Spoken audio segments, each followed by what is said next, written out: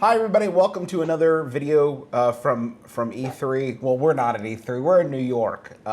We are banned from California, actually. This is my colleague and brother, Griffin McElroy, and we are here talking with Roland Lesterlin, who is the game director on Just Cause 3. Roland, welcome.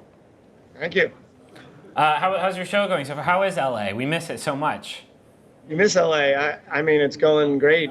We've had such positive reception. It's been incredible. The fans are twittering and posting comments and saying that they love the game right now, which, to be honest, it's the greatest motivation ever for devs that as we're closing out the game. And at the Square Enix press conference on Tuesday, I got to announce that we will be releasing the game on December 1st of this year, which is pretty exciting to finally give a real date for people to know when it's coming out. And yeah, overall, it's been awesome. That's a really interesting thing. I've noticed this E3, there have been a few things that have been announced first week of December. And it's generally people want to get out before Black Friday, especially like big games. Like, was that a worry at all, or is it just when it made the most sense? I mean, yeah, there are a lot of games that come out October, November, but not a lot in December. And I think the thinking around it was, we're going to make this game and polish it as much as possible, but we wanted to get it out this year and wanted to get people their hands on it. So we picked a date that we felt like, you know, you're going to be on vacation and you're going to need a vacation because hopefully you'll love JC so much that you're going to need time off work. Perfect. There you go. So earlier this week, you all released a pretty big video explaining what you're going to be capable of doing in Just Cause 3. There was a shot that I slowed down and showed everybody here in the studio of 4 helicopters attached in the sky with the what is it called? The hook shot. Hook shot is Zelda terminology. I'm sure you call it something else. So I'm assuming that Just Cause 3 is going to have the same sort of crazy, stupid, thrilling moments and stunts and stuff that don't really happen in any other games. How in Just Cause 3 do you keep people from getting desensitized from stuff like that? Well, I think the beauty of what made Just Cause and why so many of us were fans of Just Cause 2 is that it was a really creative sandbox. It really was about the player and what they could do with all the tools that were in there and just kind of messing with the world and seeing if an idea in your head was possible. So we took that kind of in a core philosophy when making Just Cause 3. So you were mentioning the grapple hook. We're like, well, one grapple is cool. Let's make sure we can get now 5 or 6 grapples working in the world at the same time. And that allows you to do these awesome chains. And then we wanted to take it a step further and said the tension of the grapple hook actually creates a whole bunch of fun as well. So you can control the tension with the left analog trigger, which means you can do soft tension, hard, rip things down. And then we took our physics to a crazy level. And instead of having health bars on chaos objects, they're all fully physicalized, constrained to the ground and so forth. So you can literally rip stuff apart, now all using the grapple. Now, each individual system, you're right, you can get desensitized by maybe one thing, but the trick is to put all these systems that all work together kind of seamlessly, and then it's just this infinite amount of possibilities for you to do. How do you know when you've gone too far? Do you ever say, no, okay, this is too much. This is too much even for Just Cause. I've attached a whale to a tank to a spaceship. Maybe we should scale back a little bit. Does that mean I had to jump the shark on that one? Is that well, the whale, but sure. Jump the whale shark? Yeah, I mean, we don't really do a lot of sci-fi. We try to keep it somewhat, I'm going to say grounded, but that's definitely the wrong term. Not at all, sir. I disagree.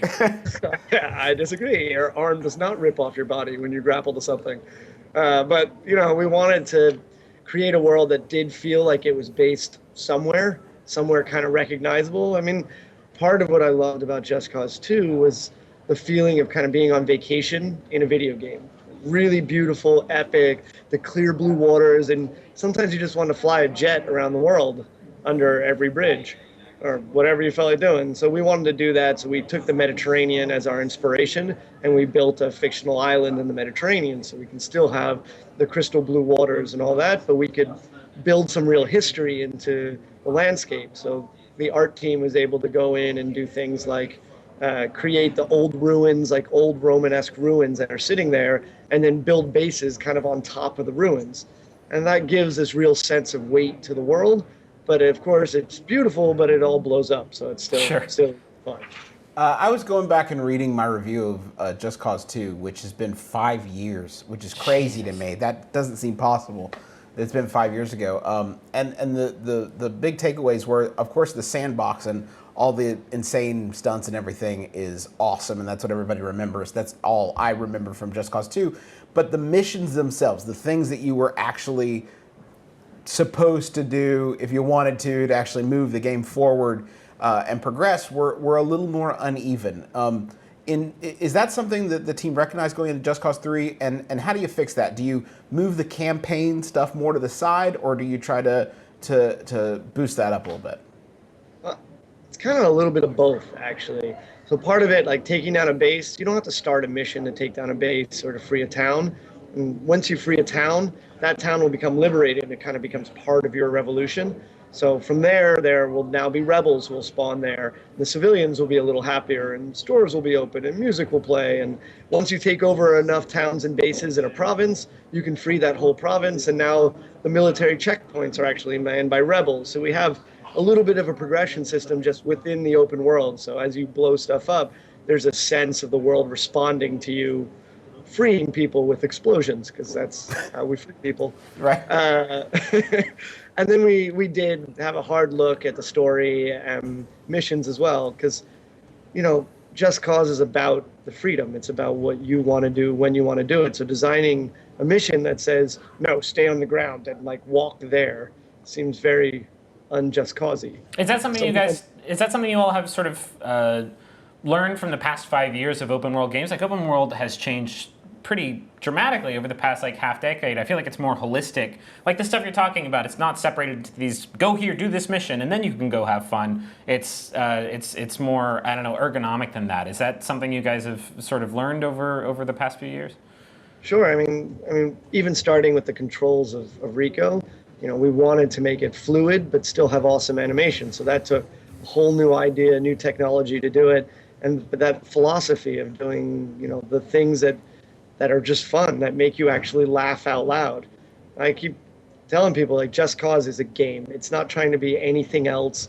It's just fun. I want people to pick up the controller and stare at what they're doing on the screen and look over their shoulder to their friend and be like, did you just see that? That was awesome. And that's the point of the game. What's the craziest thing that you've seen happen in Just Cause 3 so far? I'm assuming a lot of those moments are in the trailer, but anything stick out to you that you remember is really insane? Well, I mean, with multiple tethers right now, you can make whole chains, and I've seen people tether military soldiers all between two military cars and then drive them around. So there was this giant train of bodies of cars, and it makes you laugh because you're like, that's totally absurd. Because we're monstrous murder people. It's amazing how much people like to torture other people. I watch playtesters. That's your box quote right there. That's the poster tagline. Yeah, but it's all joyful. Even when you steal a car from a civilian, they're not like, oh God, there's my car. They're like, anything for the revolution. And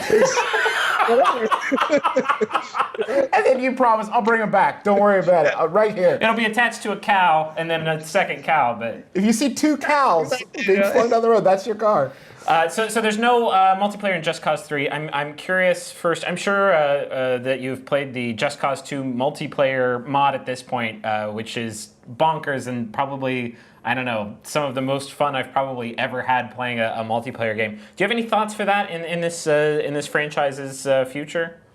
Yeah, of course. I mean, when we started out in the game, we looked at everything, the popularity of the series, all the mods out there, all the comments out there, all the stuff that we imagined that we wanted to do with the game. But, part of it is that we are a team that wanted to really focus on giving an amazing sandbox experience.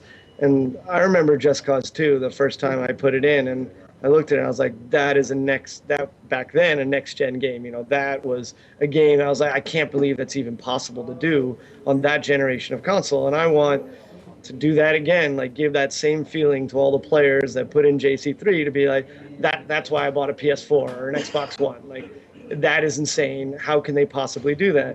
Now, once you start there, the ability to move on from there, and hopefully the modding community is around. We had even the multiplayer guys come visit the studio, and that was awesome. It was a little bit of weird nerd fandom because we're all like, yeah, we love your mod, and they're like, oh, we love your game. So that was kind of fun. But yeah, I mean, hopefully the modding community likes this game enough to keep modding it too. And yeah, we're not crossing off the table of what multiplayer could be down the road. Well, the trick is once they come to visit the studio, you lure them into a room and then lock it. Yeah. And then you say, once there's multiplayer in Just Cause 3, you can call your families. That's perfect. That's easy. Yeah. That sounds just evil enough that I would do it. So, last question. In the trailer, and I want to read this quote because it's a direct quote. It says, Rico is driven by a desire to return Medici to its once beautiful and peaceful past. Does Rico really desire to return any place to a peaceful setting? What does he do the next day? Like, does he wake up and just have some coffee and watch Jimmy Fallon that he TiVo'd? Like, what does he do if the town returns to its peaceful past? I don't know, maybe skydive a lot and I guess he like Apple takes people on hang gliding tours. exactly. I'm Rico, I'm going to be your rappelling guide. Medici, as people are screaming and they're all grappled to him in the air. There would be an audience for that. There would be an audience. There would be someone out there be like, yeah, I'll be grappled to the wing of a plane as you backflip out of it. Like, that'll be cool. Do you think this game is going to have like the long tail that I feel like Just Cause 2 had of people finished that campaign and then kept playing that game for years because they kept finding dumber and dumber things to do with the systems that were built into the game. Is that going to be the case with Just Cause 3, do you think? Yeah, I mean, we basically spent all of our time building systems, and every system works together. I mean, for example, when you're reeling into something, you can fire your weapon. In fact, you can fire your weapon at any time. There was a small thing where we were it sounds small, but really hard to do, is I'd never want to have an input that feels dead. So a lot of games, for example, when you're running and you hit the jump button, you cannot keep firing from the moment you're running while you're going through the jump and through your landing, because they're actually playing different animation sets. So we disassociated those two actions, so you can always fire. Even when you're jumping, landing on the ground, landing from grappling to the ground, you could be firing straight into it. And the thing we did was we wanted to make sure that when you hit the reel in button, when you tap that bumper button, you know you will always reel in, regardless of whatever you're aimed at, be it an enemy or a barrel. And so what that means is we had to then come up with another system. Okay, reeling into an enemy means I got to reel in into a flying kick into that enemy. And so each of these systems all had to work together. And what we find is it's infinite, the type of things you could do. Like even the re-reel function that we were talking about that increases the tension of the wire, that function right there works even when you're slingshotting. So you can now accelerate even faster while you're in slingshot because you're using that. And it's that kind of sense of discovery that I think will, hopefully keep the game alive for a long time. Are you all excited about the fact that now the consoles we have now, Xbox One and PlayStation 4, are equipped with more media sharing functionality than existed in the past generation? It seems kind of built for a game like Just Cause 3, where you can say, hey, look at all of the helicopters I've sewn together. Was that like part of the design for Just Cause 3? Yeah, absolutely. I mean, what was hilarious was we went to the very first meetings with Sony and Microsoft, years ago, and we're sitting there. They're like, here, our focus is social, and we can record down in our OS, so you don't have to put it in your game. And I was sitting there and I said, oh, look, the consoles were designed for Just Cause, because like over 12 million videos of Just Cause 2 are up on YouTube. The top ones have something like 12 million views. I mean, it's insane. People love showing off all the insane stuff you can do in the game.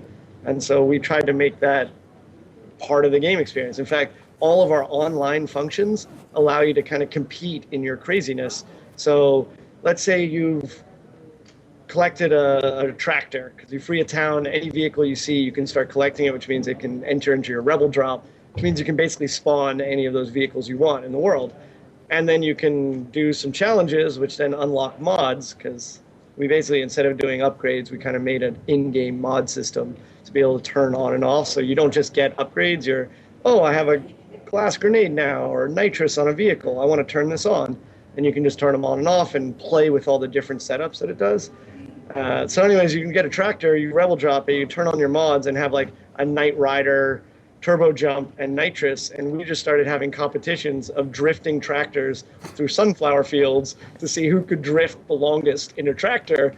And then you can actually send that to your friend and be like, yo, I just drifted a tractor for 2 minutes. Beat it. Beat that. That was the coolest 3 paragraphs I've ever heard a human being say out loud. Roland, one last question. It's kind of misleading sometimes when people talk about the dumb stuff you can do in a game like Just Cause 3 because it takes, I know, a lot of thought and work to make dumb that much fun. Do you ever have like a crisis or do you, in the middle of development? Like, was there ever a fear? Like, do you have to just kind of trust that once you get this stuff to that honed point, that it will be fun? But like the actual construction of it, there have to be some times in the middle where you're sort of thinking like, God, I really hope that this works out because it was going to take a lot of work to get it to the dumb point that I need it to be at. So, I mean, what the great thing about development and working with really talented devs is you prototype stuff. And we had JC2. We knew it was fun in JC2. So the idea is don't break that. Like whatever it is that we all love, the grapple hook, the parachute, like moving around the world, being silly, blowing stuff up, messing with physics, grappling to the ground so you don't die in free fall because accelerating towards the ground is healthy. All those things are like, yeah, that's got to be there. And so we actually modded JC2 and started messing around with it. And so already in there, we could start seeing, hey, this idea would probably work. The wingsuit was a really early idea. We knew right away, but it's a tough thing to do, right? You get that feel right, soaring, but it not flying. It's a tricky thing. And then one day I remember one of the programmers on the team and one of the designers came to me and was like, so like we kind of got the wingsuiting working, no animations or anything yet. And as soon as you felt it, you're like, yeah, that's in the game. And then the hard part there is sometimes you got to say no. Sometimes things come in and you're like, it's just not going to work. We didn't get it right. And maybe we'll get it right later after we have other systems running. But right now we got to cut it. Do you remember anything specifically? Anything stick out to you? No, I mean, we looked at a lot of, we kept pretty close to what we wanted from the original design. One of the things we really did after we brought the wingsuit in was we started looking at the parachute and realized that it was too fast.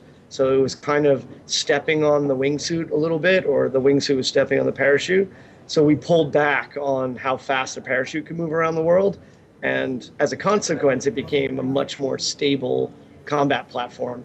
And then that actually opened up tons of new possibilities because we said, all right, now, our fall rate, let's slow that fall rate way down. So you can almost just stay up in the air the whole time shooting people or firing RPGs or whatever. Well, Roland, that sounds awesome. And I cannot wait till December to play Just Cause 3. Thank you so much for joining us.